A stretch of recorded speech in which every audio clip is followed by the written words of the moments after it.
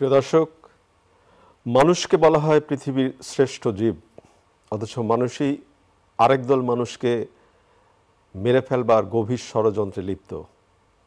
আমরা আজকে এই বিষয়টি নিয়ে কথা বলবো, গাজা পরিস্থিতি নিয়ে। পৃথিবীর অধিকাংশ মানুষ গাজা পরিস্থিতি নিয়ন্ত্রণ চায়, এর একটা সন্তোষজনক সমাধান চায়, অথচ সমাধান হচ্ছে না। সংবাদপত্র বাংলাদেশ অনুষ্ঠান থেকে রেজানুর রহমান আপনাদের স্বাগত জানাচ্ছি। আজকের অনুষ্ঠানে অতিথি হিসেবে উপস্থিত আছেন দৈনিক যুগান্তরের প্রধান প্রতিবেদক, আমাদের অনেক প্রিয় মানুষ, মাসুদ করিম। ধন্যবাদ আপনাকে। স্বাগত আপনাকে।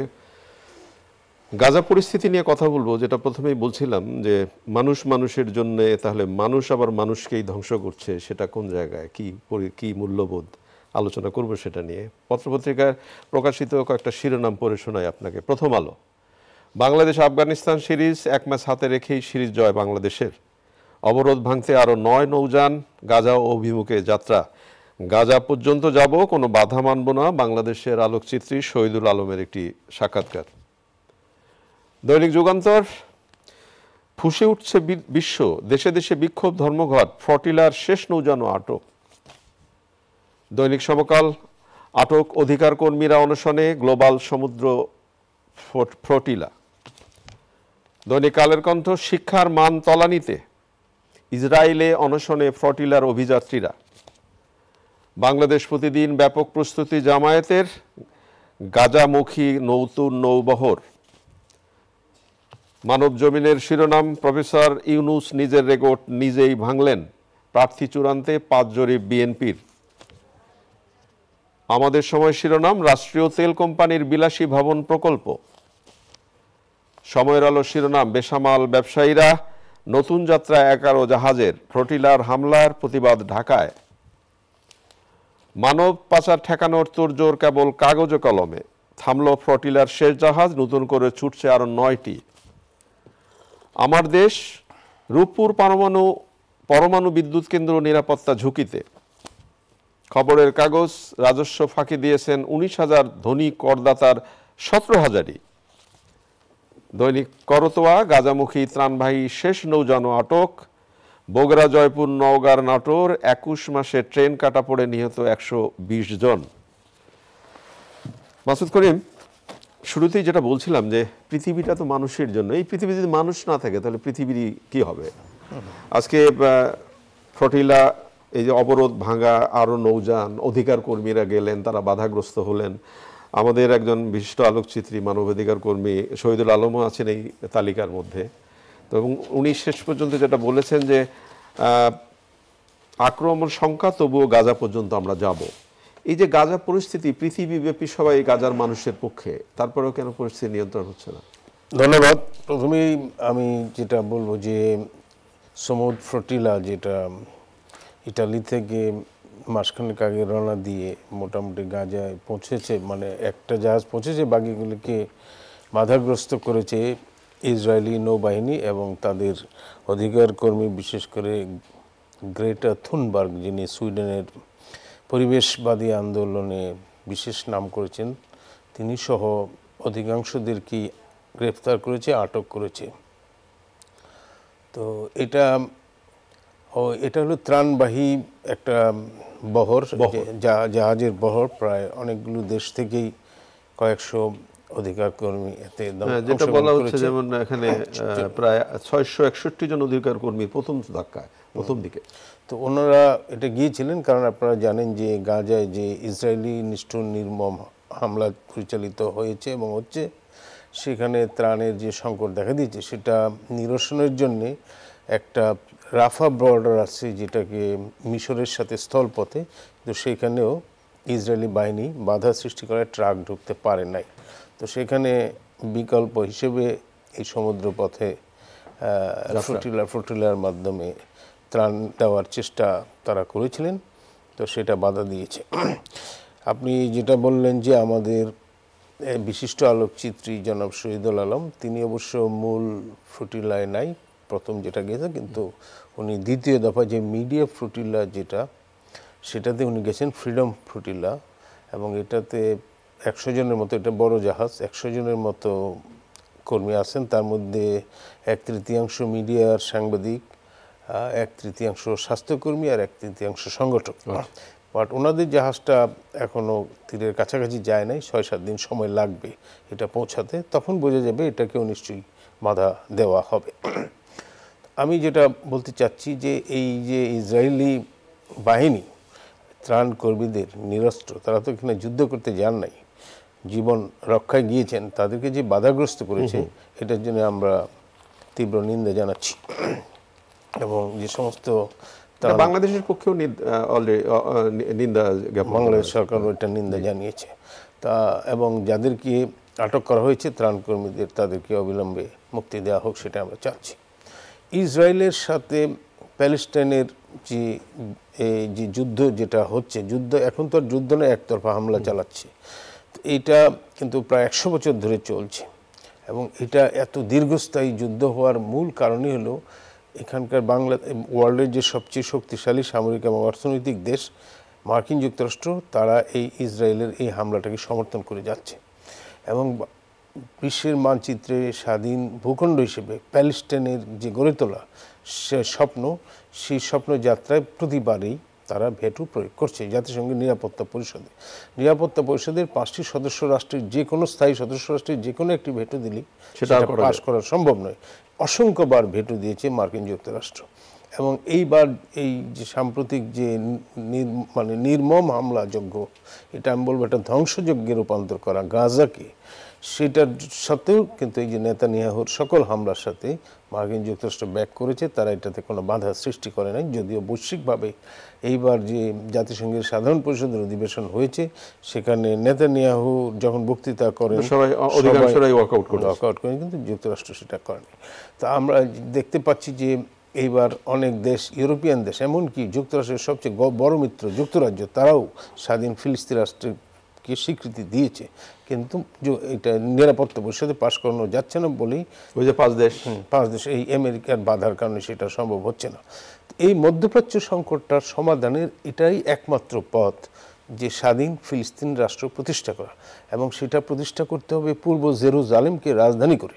এবং সেটা প্রতিষ্ঠার ক্ষেত্রে এখনকার ভূখণ্ড নয়, 60-এর দশকের যে ভূখণ্ড ছিল, অর্থাৎ ওয়েস্ট ব্যাংক এবং গাজায়, সেই ভূখণ্ডটাকেই পুনরুদ্ধারের মাধ্যমে। কারণ এখানে অধিকাংশ জায়গায় দেখা যাচ্ছে ইহুদি বসতি স্থাপন করেছে ইসরায়েল।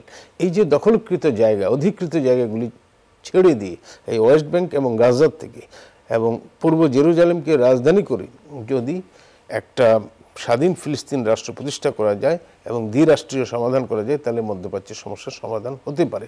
কিন্তু এই সমস্যার সমাধানের পথে ইসরায়েল কিছুতেই রাজি হচ্ছে না। ইসরায়েল রাষ্ট্রীয়ভাবে সন্ত্রাসী কর্মকাণ্ড পরিচালনা করছে। এবং এত কিছুর পরেও ইসরায়েল কিন্তু ঘোষণা দিয়েছে যে তারা আরো মানে কি দুর্দান্ত গতিতে তারা হামলা চালাবে এবং তারা চেষ্টা করবে। এখন এরকমই নেই যে পৃথিবীটা জোরজার মুল্লুক তার না। ইসরায়েলের এই জায়গাটায় আমার মনে হয় যে ইসরায়েলকে বাধ্য করতে হবে মার্কিন যুক্তরাষ্ট্রকে। প্রেসিডেন্ট ট্রাম্প তো বলেছেন যে বিশ্বব্যাপী উনি যুদ্ধ বিগ্রহ থামানোর জন্য চেষ্টা করছেন। তো উনি যদি যুদ্ধ বিগ্রহ থামানোর চেষ্টা করেন এবং উনি চাইছেন যে আগামীতে নোবেল পুরস্কারও তিনি পাবেন, তাহলে আগে গাজার যুদ্ধটাকে তাকে আগে বন্ধ করার জন্য উদ্যোগ গ্রহণ করতে হবে এবং কার্যকর উদ্যোগ গ্রহণ করতে হবে। মুখের কথা না, কার্যকর। কারণ এটা ইমিডিয়েটলি এখানে হামলা বন্ধ করতে হবে। মানে গাজাতে হামলা বন্ধ করার পরে এখানে একটা জিনিস, বেসিক জিনিস এখানে নিশ্চিত করতে হবে। যুদ্ধের মধ্যেও যে নিয়ম কানুন আছে, সেই নিয়ম কানুনগুলি যারা মানে নাই, অর্থাৎ ইসরায়েলি বাহিনী, তাদেরকে অবশ্যই আন্তর্জাতিক আদালতে বিচারের মুখোমুখি করতে হবে। But at the same time যে ধ্বংসযজ্ঞ সাধিত হয়েছে সেখানে পুনর্গঠন করতে হবে এটা অবকাঠামো। আর জীবন রক্ষা করার জন্য ত্রাণ, অর্থাৎ খাদ্য এবং চিকিৎসা, এই দুইটা জিনিস এনশিওর করতে হবে। এবং সেই জায়গায় আমি মনে করি আন্তর্জাতিক সম্প্রদায়ের এটা একটা বিরাট দায়িত্ব। বিশেষ করে গ্লোবাল ফোর্টিলার যেগুলি ক্যাম্পেইন তারা করেছেন, এটা দিয়েও জনমনে সচেতনতা সৃষ্টি হয়েছে। বিশ্বব্যাপী নিন্দা, প্রতিবাদ এবং ধিক্কার হচ্ছে। আশা করি প্রেসিডেন্ট ট্রাম্প এবং নেতানিয়াহুর কানে সেটা পৌঁছবে। পৌঁছে যাওয়ার কথা, তো পৌঁছেছে মানে পৌঁছে যাওয়ার কথা। আমরা একটু দেশের খবরে আসি। রাজনীতি নিয়ে তো এখন অনেক কথাবার্তা হচ্ছে, কি হচ্ছে না, আগামীতে কি হবে। আদৌ কেউ বলার চেষ্টা করছে নির্বাচন হবে কি হবে না, নির্বাচন হবেই ধরে নিয়ে অলরেডি বাংলাদেশ প্রতিদিনে শিরোনাম হয়েছে ব্যাপক প্রস্তুতি জামায়াতের। এখানে অনেক প্রস্তুতির কথা বলা হচ্ছে এবং তারা বলেছে যদি সম্ভাবনা হয় তাহলে তারা 100টা সিট তারা তাদের জোটে যদি মুক্ত হয় তারা দিয়ে দেবে। এবং একই সাথে বিএনপির একটি খবর বেরিয়েছে যে তারা একক প্রার্থী ঘোষণা করবে হয়তো খুব শীঘ্রই। তা সবকিছু মিলে রাজনীতির অবস্থা কি বলে? এটা তো ইলেকশন যেহেতু কাছাকাছি আসছে এবং যেহেতু ডিসেম্বর মাসের মধ্যেই বা নভেম্বরের শেষ দিকে বা ডিসেম্বর মাসের মধ্যেই তফসিল ঘোষণা হবে, এই ধরনের পোলারাইজেশন চলতে থাকবে এবং এটার শুধু এখনই যে হচ্ছে তা নয়, নির্বাচনের তফসিল ঘোষণা পরেও আমরা এটা দেখতে পাবো। একটা জিনিস যে আপনি যেটা বললেন যে জামায়াতে ইসলামী মনে হয় এত অনুকূল পরিবেশ এর আগে আর বাংলাদেশে পায়নি, সুতরাং তারা তো আশা করতেই পারে আফটার ঢাকা বিশ্ববিদ্যালয় এবং জাহাঙ্গীরনগর অনেকেই বলছে সবচেয়ে বেশি ভালো অবস্থানে আছে তারাই। না, কারণ ঢাকা বিশ্ববিদ্যালয় এবং জাহাঙ্গীরনগর বিশ্ববিদ্যালয়ে তাদের ছাত্র সংগঠন ইসলামী ছাত্র শিবির ভালো করার পরে তাদের মধ্যে একটা বিরাট অপটিমিস্টিক কাজ কারবার দেখা যাচ্ছে এবং এইটার কারণেই হয়তো নির্বাচনটার সম্ভাবনা আছে, যেহেতু তারা খুব আশাবাদী হয়ে উঠেছে এবং এখানে তারা একটা অ্যালায়েন্স করার চেষ্টা করতেছে ইসলামিক দলগুলিকে নিয়ে এবং অন্যান্য দলগুলিকে নিয়ে।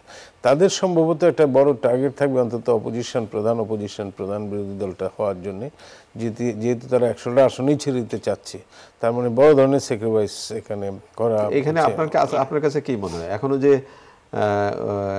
নানা ধরনের শর্ত নিয়ে যেটা আছে, বিশেষ করে এনসিপির তাদের একটা মার্কা নিয়ে শর্তের জায়গা, তারপর জামায়াত এই পিআর না দিলে কি হবে, এখন পর্যন্ত তারা কিন্তু অবস্থানে অনড়, তো সবকিছু মিলে এগুলো কি একটা দর কষাকষির জায়গা চলছে?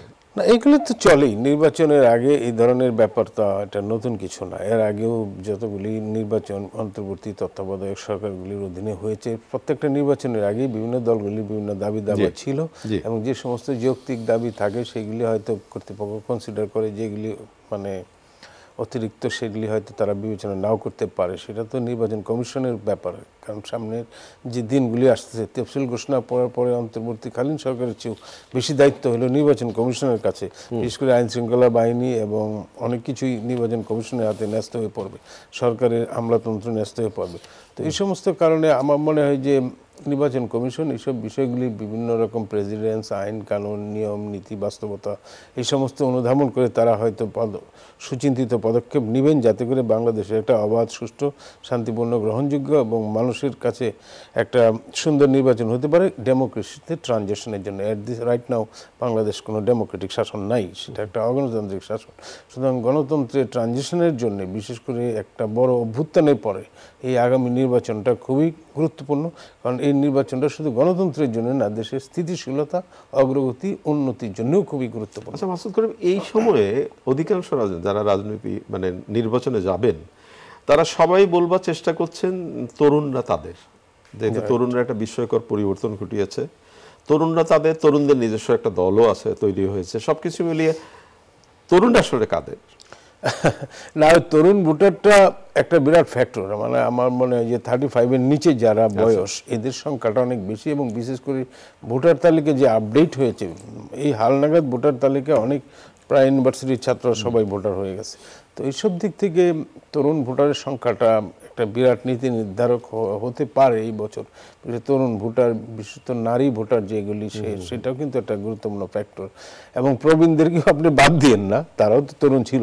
সুতরাং সব দিক থেকে নানা রকম ফ্যাক্টরগুলি এখানে আসছে এবং তরুণরা কাদের সঙ্গে থাকবে, আপনার জানেন তরুণ যারা, তাদের মধ্যে একটা ফ্রেশ মানসিকতা কাজ করে। অনেক সময় তারা অনেক অন্যায়, যেমন আমরা যারা প্রবীণ বা মেনে নিয়েছি যে বাস্তবতা এটা ছাড়া বাঁচা যাবে না, অনেক অভিজ্ঞতা, ঘাত প্রতিঘাতের মধ্যে তরুণরা তো এই সমস্ত অনেক কিছু মানতে চায় না। সুতরাং তরুণরা আপনি যারা ভালো স্বপ্ন দেখাবে এবং স্বপ্ন দেখানোর জন্য পর্যাপ্ত এলিমেন্ট সামনে নিয়ে আসতে পারবে তরুণদের, বিশেষ করে তরুণদের সামনে একটা বড় ফ্রাস্ট্রেশন হলো যে দেশে কর্মসংস্থানের কি হবে, তারা লেখাপড়া করে একটা অন্ধকার জগতে প্রবেশ করছে কি না করছে। সুতরাং একটা কর্মসংস্থানমুখী একটা সমাজ যদি আমরা গড়তে পারি, তাহলে তো এটা আমাদের দেশের অর্থনৈতিক উন্নতির জন্য খুবই ভালো। যেখানে বলা হয় যে এখানে 17-18 কোটি মানুষ আছে, তো এখানে প্রত্যেকটা মানুষের 2টা হাত করে দিলে, এত হাত কাজ করলে দেশের উন্নতি হবে না কেন?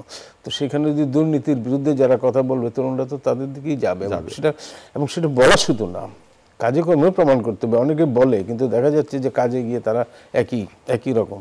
তো আমি মনে করি যে আগামী দিনে তরুণ ভোটারটা একটা বিরাট ফ্যাক্টর হবে এবং তরুণ ভোটাররা যেদিকে যাবে সেটা একটা বিরাট ব্যাপার। এবং আজকে যে বড় আন্দোলনটা হয়েছে গত বছর এই সময়ে, গত বছরে আগস্ট এবং জুলাই মাসে, সেই আন্দোলনে তরুণরা ভূমিকা রেখেছিল, কিন্তু একটা বিরাট ভালো ইতিবাচক পরিবর্তন আসেনি। দেখা যাক। সেটার জন্য আমরা মনে করি যে তরুণ ভোটারটার দিকে এবার হয়তো সবকটা রাজনৈতিক দলই তারা ট্রাই করবে। আমাদের পত্রিকায় খবর হয়েছে, মানে নিত্য প্রয়োজনীয় দ্রব্য নিয়ে তো নানা ধরনের কথাবার্তা হচ্ছে।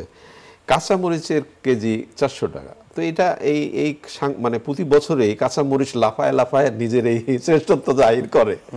তো তার সাথে সাথে আরো অন্যান্য সবজির কথাও বলা হয়েছে। এটা এখানেও কি ওই সিন্ডিকেট নাকি নাকি নাকি কাঁচামরিচ সহ, মানে কাঁচামরিচটা একটু এবারে অস্বাভাবিক বেড়েছে। এগুলি তো নানা রকম ফ্যাক্টর থাকে। একটা ফ্যাক্টর অবশ্যই সিন্ডিকেট, বিকজ উৎপাদকরা যে দামে, আপনি আলুর দামটা দেখলে কয়েকদিন আগে আলু রিপোর্ট হয়েছে যে হাবে যে আপনার এলাকায় উত্তরবঙ্গে বিশেষ করে রংপুর এবং রাজশাহী এসব এলাকা থেকে যে আলু উৎপাদন করেছে, উৎপাদন খরচটা কৃষকরা পায়নি, বিকজ তাদের কোল্ড স্টোরেজ সিস্টেম নাই, এটা ওইটা।